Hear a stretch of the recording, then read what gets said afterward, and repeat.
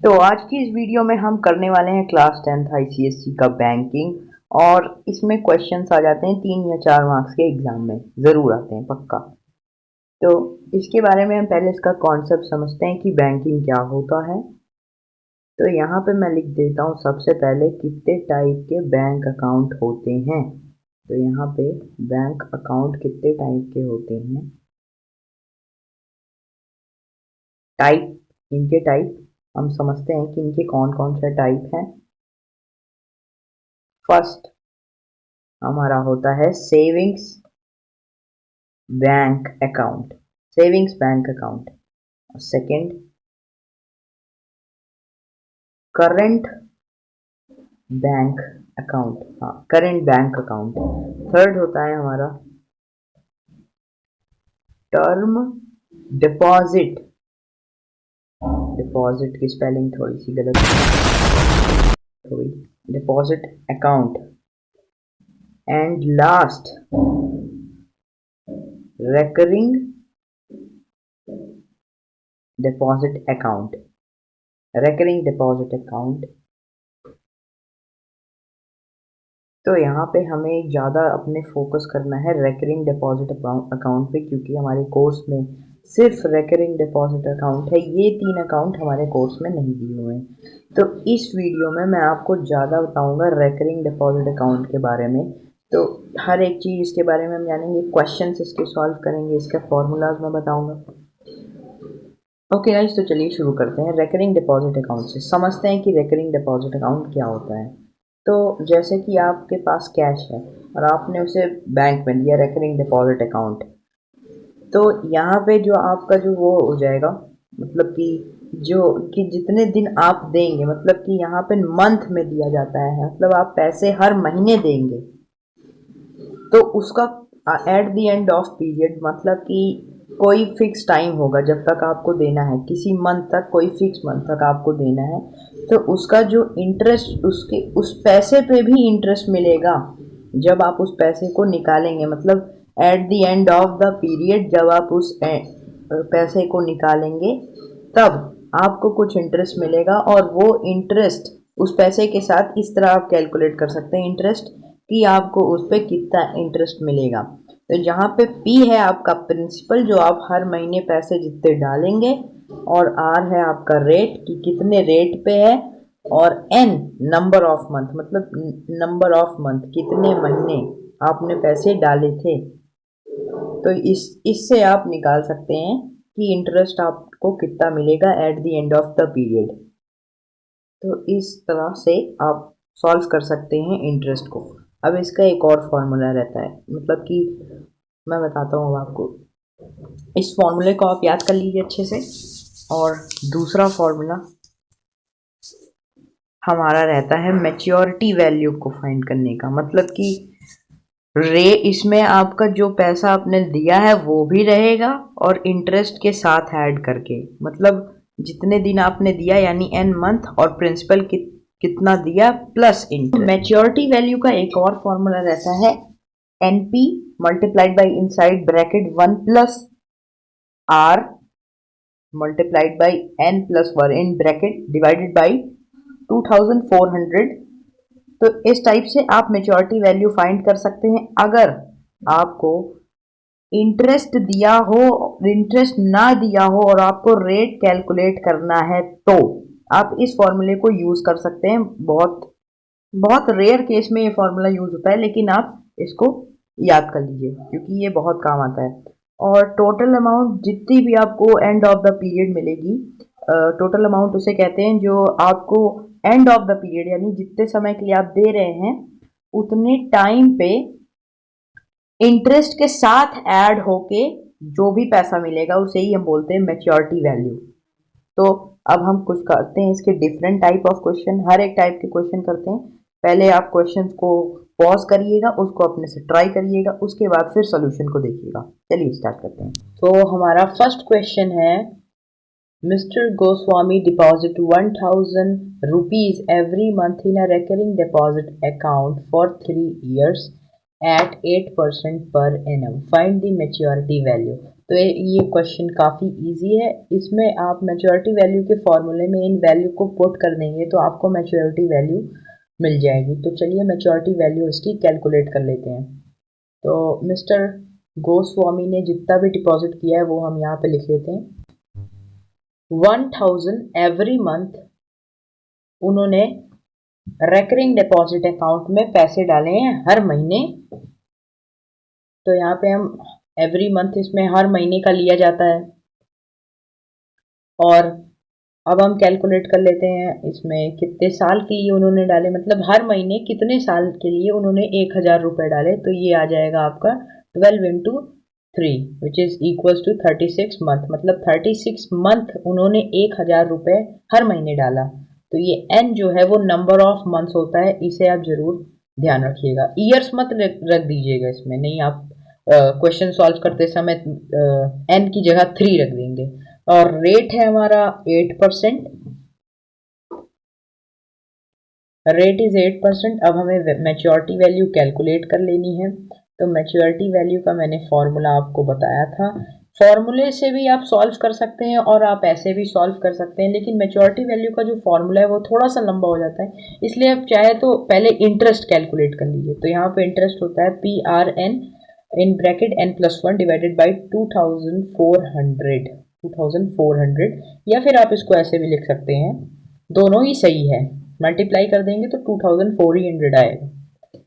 तो यहाँ पे रेट हो गया आपका 1000 मल्टीप्लाइड रेट हो जाएगा 8%, n हो जाएगा आपका कितने महीने के लिए 36, और n+1, n यहाँ पे 36 ही होगा, +1 डिवाइडेड बाई 2400 डिवाइड बाई 2400, और यहाँ से ये कैंसिल हो जाएगा। 3 1 3 2 4, और यहाँ पे आपका जो आंसर आ जाएगा वो आ जाएगा 100, 100 और कैंसिल हो जाता है।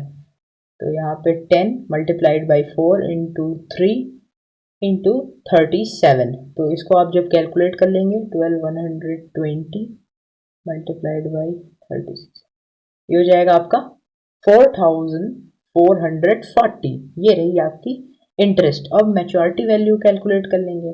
मैच्योरिटी वैल्यू का फॉर्मूला ये भी होता है NP प्लस आई, आई का होता है, आई मतलब इंटरेस्ट। तो यहाँ पे आप ये वैल्यू पुट कर देंगे और इसके बाद आपकी मैच्योरिटी वैल्यू भी कैलकुलेट हो जाएगी। तो हम जब इसको ऐड करेंगे तो यहाँ पे मैं इसको ऐड कर लेता हूँ। यहाँ पे 044, यहाँ पे आपका जो आंसर आ जाएगा वो हो जाएगा ₹40,440। तो ये रही आपकी maturity value. Maturity value calculate करने का एक बिग फॉर्मूला भी होता है, वो हम आगे आने वाले क्वेश्चन में ज़रूर करेंगे, जिसमें आपको रेट ही नहीं दिया होगा, आपको मैच्योरिटी वैल्यू सीधे सीधे दे दी जाएगी। तो आप रेट उस फॉर्मूले से आराम से कैलकुलेट कर सकते हैं, क्योंकि उसमें इंटरेस्ट का कोई काम नहीं रहता है उस फॉर्मूले में। तो ये रहा इसका आंसर, इसका सोल्यूशन। अगर आपको इसको नोट करना है तो नोट कर लीजिए। बढ़ते हैं आप नेक्स्ट क्वेश्चन की तरफ। तो ये जो क्वेश्चन है हमारा, इस क्वेश्चन को आप अपने से ट्राई करिए, उसके बाद आप इसका सोल्यूशन देख सकते हैं। अगर आपका आंसर सही आ गया तब तो बहुत ही बढ़िया बात है, नहीं तो आप सोल्यूशन देख लीजिए। इसमें दिया है mister Chatterjee deposit ₹100 per month in a cumulative deposit account. Cumulative deposit account का मतलब होता है रेकरिंग डिपॉजिट अकाउंट, ये उसका दूसरा नाम है। अगर आपको इस तरह कहीं दिया हो तो मतलब रेकरिंग डिपॉजिट अकाउंट है। For a period of 5 year, 5 साल के लिए। After the end of the period, he will receive 7,220। ये दी है हमें मैच्योरिटी वैल्यू, क्योंकि ये एंड ऑफ द पीरियड मिला है ना, तो ये मैच्योरिटी वैल्यू ही तो है। Consider the interest rate to be simple. Rate जो है हमारा वो सिंपल रहेगा, इंटरेस्ट रेट वो सिंपल रहेगा, ठीक है। तो अब पहला हमें फाइंड करना है, find the rate of interest per annum, मतलब पर एनम कितना रेट था, और find the total interest that mister Chatterjee will earn. Mister Chatterjee ने कितना अर्न किया है ये हमें कैलकुलेट करना है। तो सबसे पहले हम इसका रेट कैलकुलेट कर लेते हैं। हमें इंटरेस्ट भी नहीं पता है, हमें रेट नहीं पता है, तो यहाँ पे हम वो वाला फॉर्मूला लगाएंगे जो थोड़ा बिग था। तो वही मैं बात कर रहा था कि इस टाइप के क्वेश्चन में आप वो वाला फॉर्मूला यूज़ करें जो थोड़ा सा बिग था, मैच्योरिटी वैल्यू वाला, तो आपका ये जो क्वेश्चन है सॉल्व हो जाएगा। यहाँ पे मैं लिख लेता हूँ P is equal to 100, R is equal to हमें नहीं पता है, maturity value is equal to 7200 और यहाँ पे N हो जाएगा 5 इंटू 12 क्योंकि ये मंथ्स में हमें देना रहता है, तो यहाँ पे आ जाएगा 60, यानी 60 मंथ तक मिस्टर चैटर्जी ने 100 रुपीज़ डाले थे। तो मैच्योरिटी वैल्यू क्या हो जाएगी, मैच्योरिटी वैल्यू का फॉर्मूला होता है NP multiplied by 1 plus R into N+1 divided by 240 और ये रहा इसका फॉर्मूला। अब आप जो है वैल्यूज पुट कर दीजिए।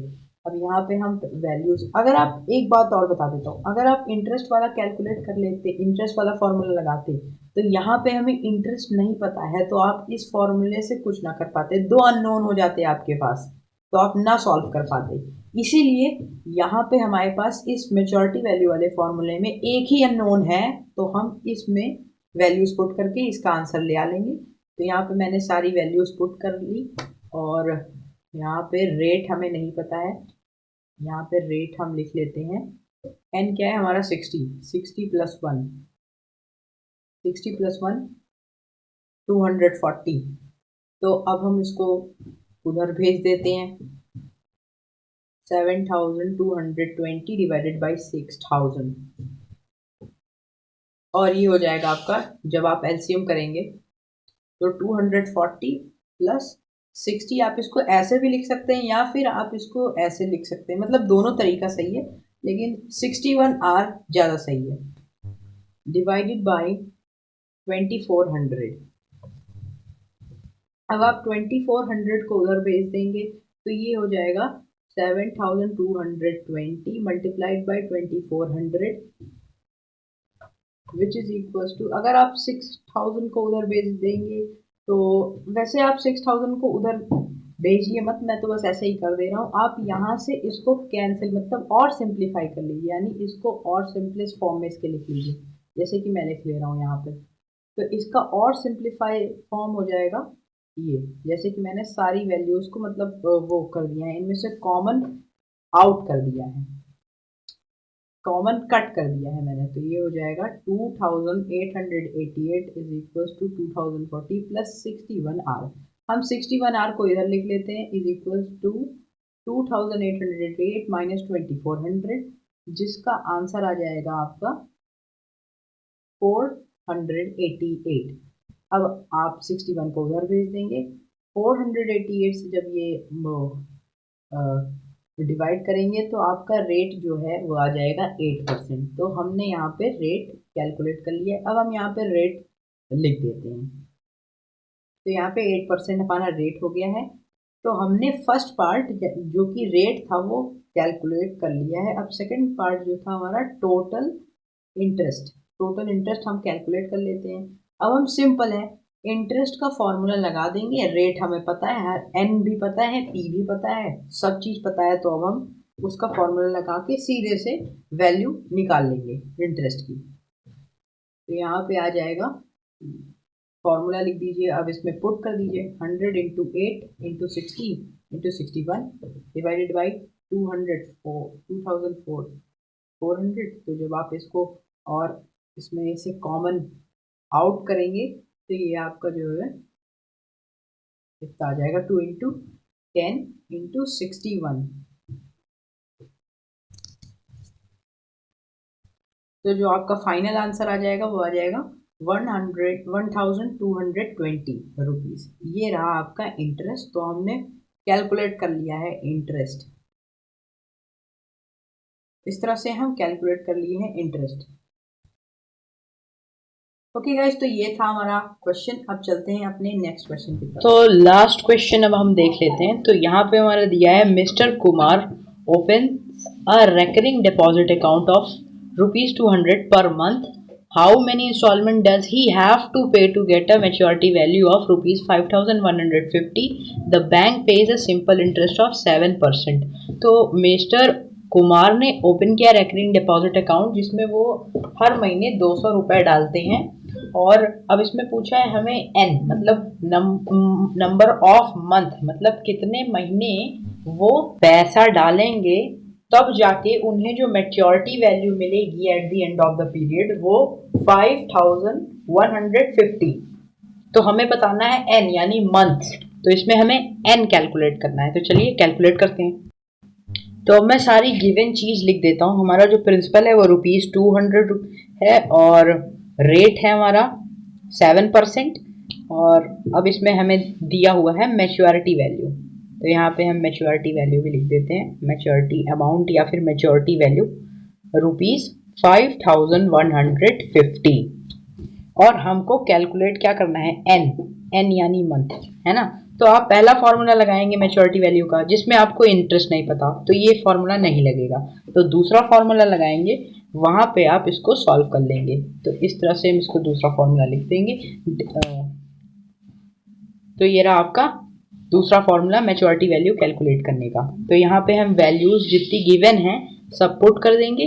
तो मैच्योरिटी वैल्यू की जगह ₹5150 इज इक्वल टू एन की जगह कुछ नहीं, मतलब एन तो हमें नहीं पता है, मल्टीप्लाइड बाई पी है हमारा 200 इन ब्रैकेट 1 प्लस रेट है 7 in bracket n+1 divided by 2400।